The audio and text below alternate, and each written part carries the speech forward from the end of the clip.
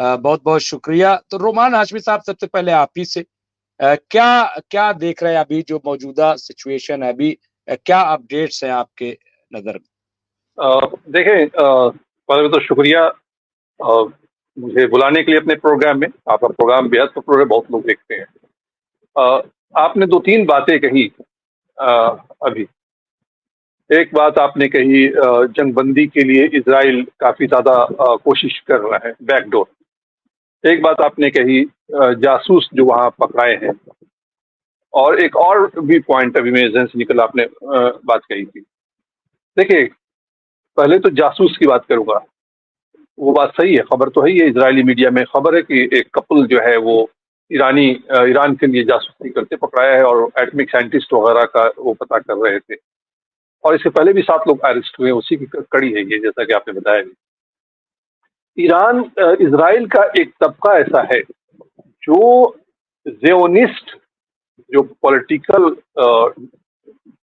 Party है और political philosophy है, उसका एंटी है। इजराइल में एक कम्युनिस्ट पार्टी भी है जो नॉन ज़ियोनिस्ट पॉलिटिकल पार्टी है। वो कम्युनिस्ट पार्टी का नाम अभी मुझे याद नहीं आ रहा है, आप देखेंगे पता चल जाएगा।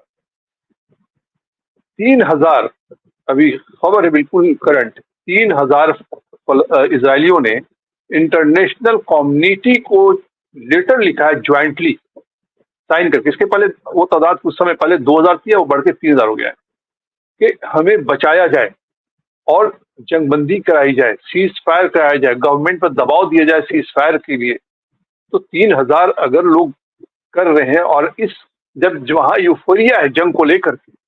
अभी देखे, एक लेबनान के अंदर एक इजरायली फौजी 22 साल का मारा गया। वो हजदिक था, ऑर्थोडॉक्स ज्यूस थोड़े जो शामिल हुए फौज में, उसमें से वीडियो एक सामने आई। लोग उसके जनाजे पे स्पीच दे रहे हैं। एक बंदा है, वो रो रहा है और बोल रहा है रिवेंज रिवेंज, यूज वर्ड में, अपने हिब्रू में रिवेंज। और साथ में ये कह रहा है कि औरतों और बच्चों से भी रिवेंज। ये ऐसा कहीं नहीं होता है।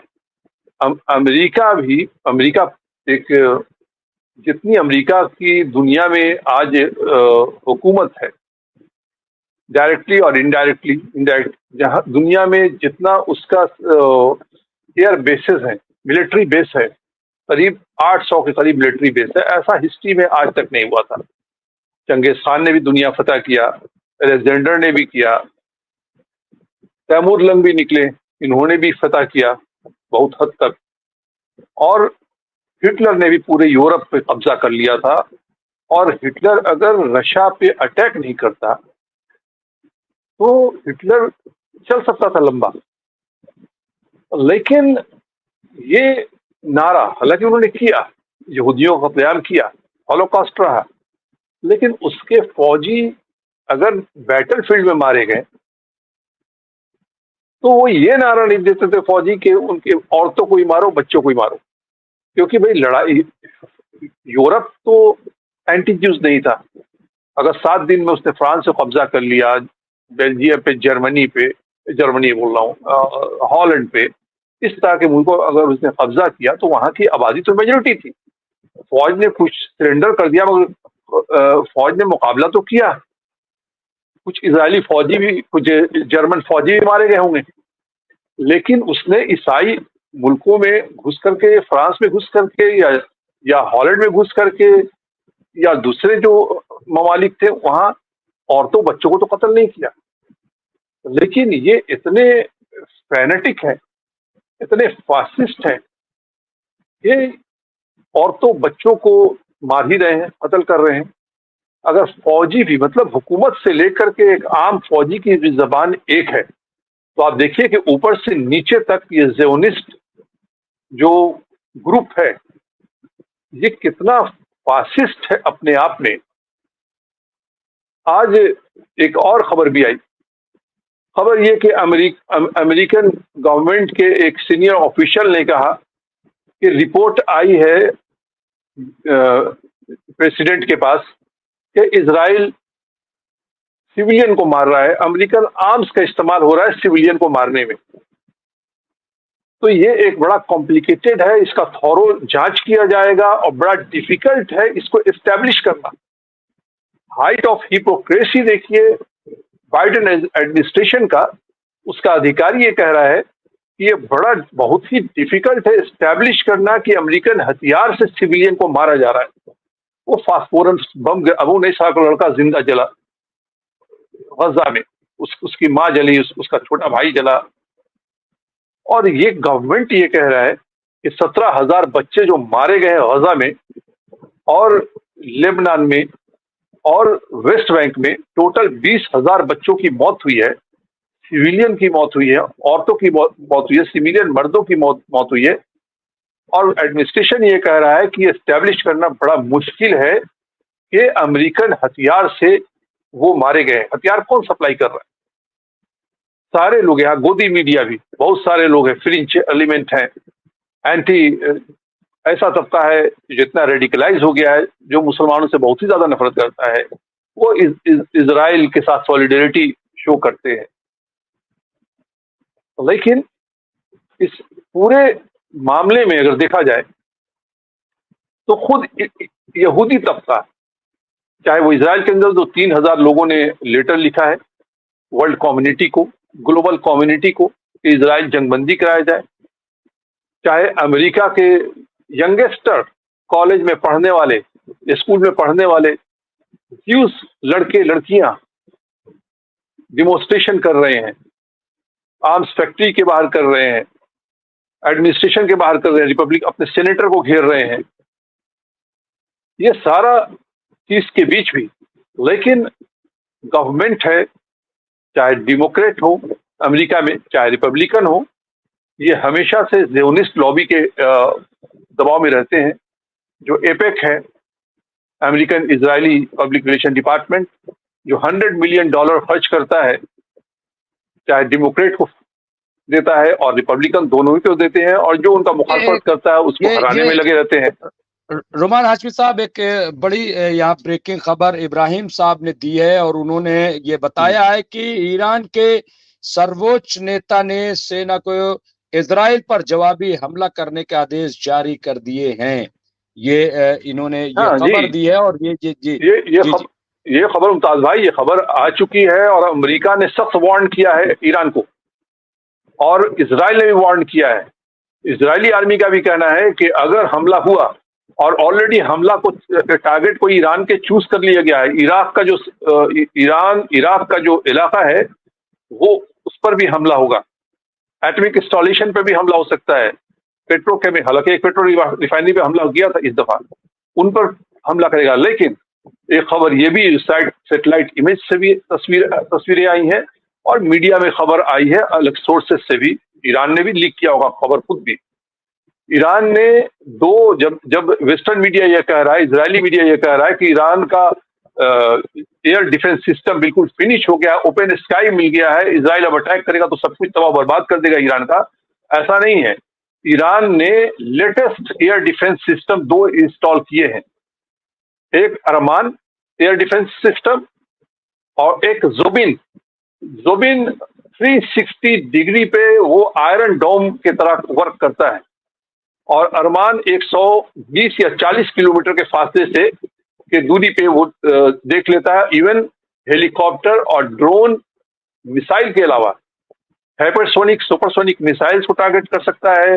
हेलीकॉप्टर अगर लो रेडार से बचने के लिए लो फ्लाई करते हैं, या ड्रोन है रेडार से बचने के लिए लो फ्लाई करता है, उनको भी टारगेट कर सकता है। तो ईरान भी तैयारी कर रहा है। ईरान के अगर एयर डिफेंस सिस्टम नकारा हुए S-300 उसने रसा से लिया था, तो उसने अपना इंडिजीनियस बनाया हुआ अरमान और जोबिन लेटेस्ट आयरन डोम, जो एक्सपर्ट कह रहे हैं कि आयरन डोम के पैरेलल है जोबिन। आयरन डोम का प्रैक्टिकल हो रहा है, फील्ड पे नजर आ रहा है कितना कामयाब हो रहा है, कितना नाकामयाब हो रहा है।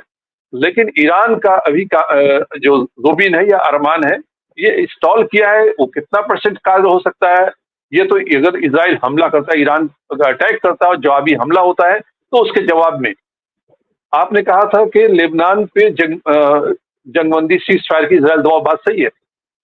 जो अमेरिका और अमेरिका की लॉबी ये पूरी कोशिश कर रही है, और लेबनान के अंदर एक पॉलिटिकल लॉबी, उसके जो कुछ लीडर हैं जो सऊदी अरब के सपोर्टर हैं तो और क्या अलबिया चैनल पे क्या खड़े होकर बोलते हैं क्या या प्राइम क्या मिनिस्टर रोमान है। हाशमी साहब, एक मिनट जी, लेकिन वो लेकिन जो लेबनान का प्राइम मिनिस्टर है नबी बेरी, नबी सॉरी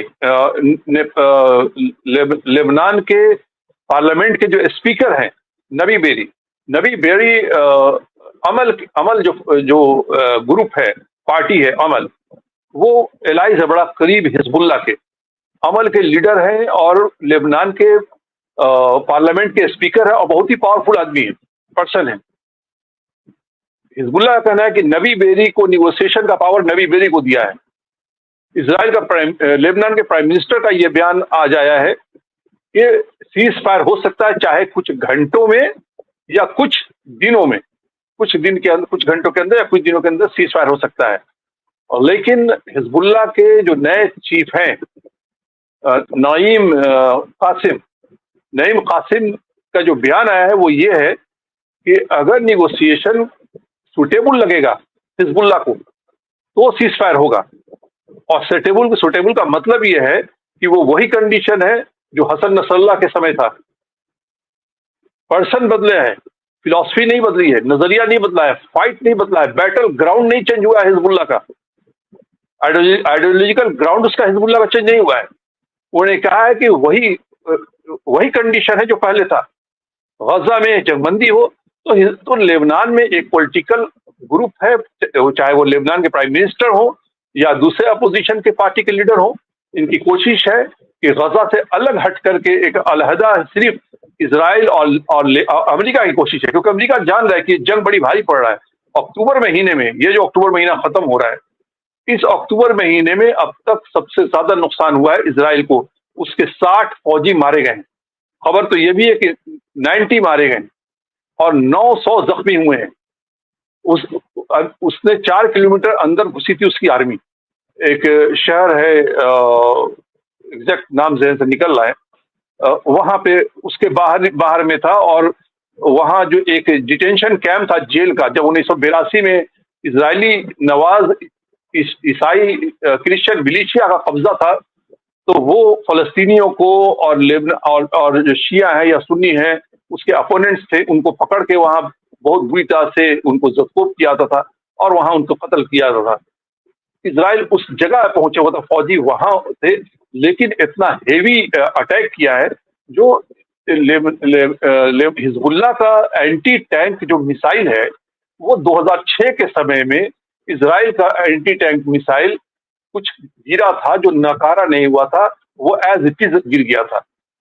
खबर ये कि उसे उठा के हिजबुल्लाह ने ईरान को सौंप दिया था और ईरान ने रिवर्स इंजीनियरिंग करके वो मिसाइल को डेवलप कर लिया और वही मिसाइल हिजबुल्लाह इस्तेमाल कर रहा है। पिन पॉइंट के साथ वो स्क्रीन कंप्यूटर की मदद से वो उसको डायरेक्शन मैनूवर किया जाता है और बिल्कुल पिन पॉइंट टारगेट के साथ उसको अटैक किया जाता है। अभी एक वीडियो भी हिजबुल्लाह ने जारी किया था कि कुछ इजरायली फौजी लेबनान के अंदर ही जीप से उतर के बस में दाखिल हो रहे हैं और देखिए वो कितना उसको फॉलो कर रहा है हिजबुल्लाह फाइटर जो कंट्रोल कर रहा है उस मिसाइल को।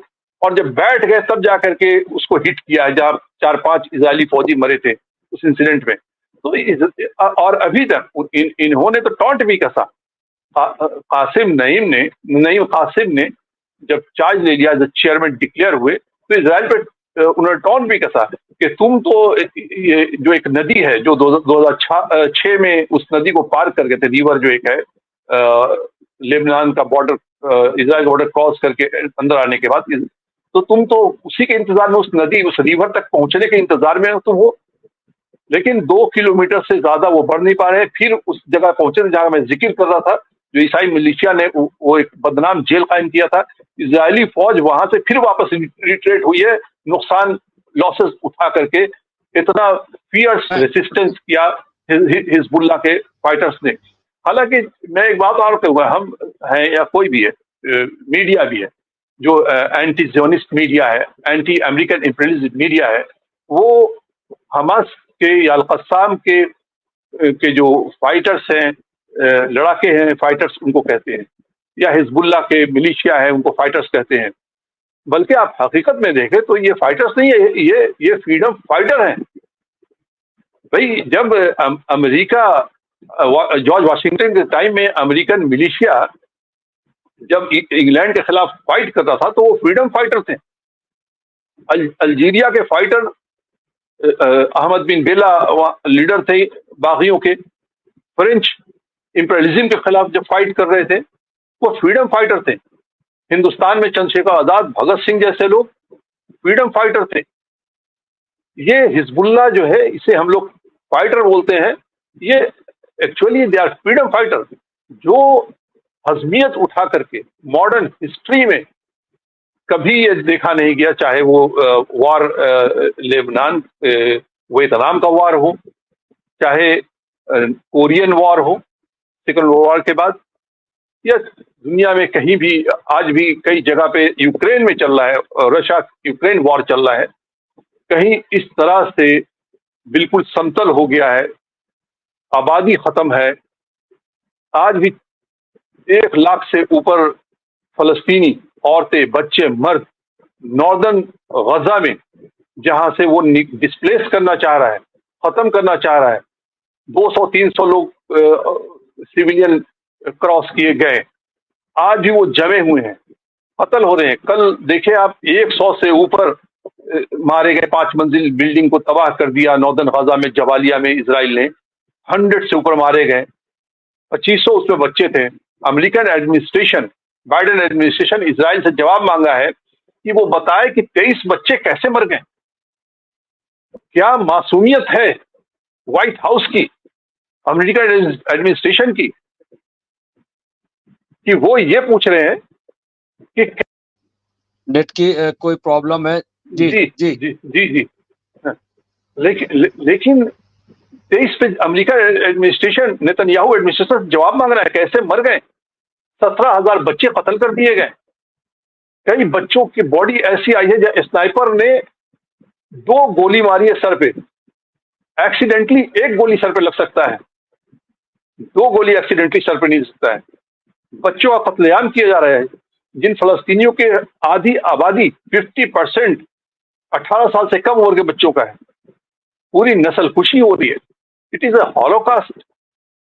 और अमेरिका एडमिनिस्ट्रेशन कह रहा है कि ये डिफिकल्ट है, बहुत पता करना मुश्किल है कि अमेरिकन हथियार से क्या ह्यूमन इंटरनेशनल जो क्राइम है, ह्यूमन क्राइम, क्या इजराइल वो कमिट कर रहा है।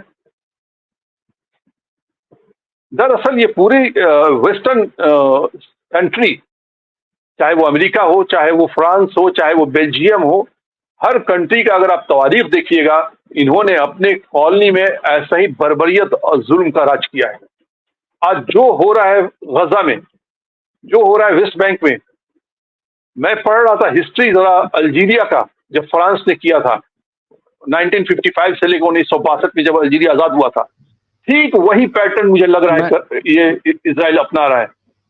बिल्कुल कि आबादी को हटा रहा है, फिर मार रहा है, हटा रहा है, फिर मार रहा है, हटा रहा है, फिर मार रहा है। ऐसा ही पैटर्न फ्रांस ने इस्तेमाल किया था अल्जीरिया में।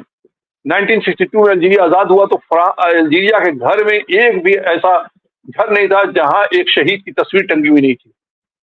और वही सिचुएशन, एक ऐसा घर नहीं है फलस्तीनियों का, बल्कि 900 से ऊपर घर खत्म हो गए, ब्लड लाइन खत्म हो गया, फैमिली नस्ल खत्म हो गई, नस्ल खुशी कर रही है ये ज़ियोनिस्ट रिजिम।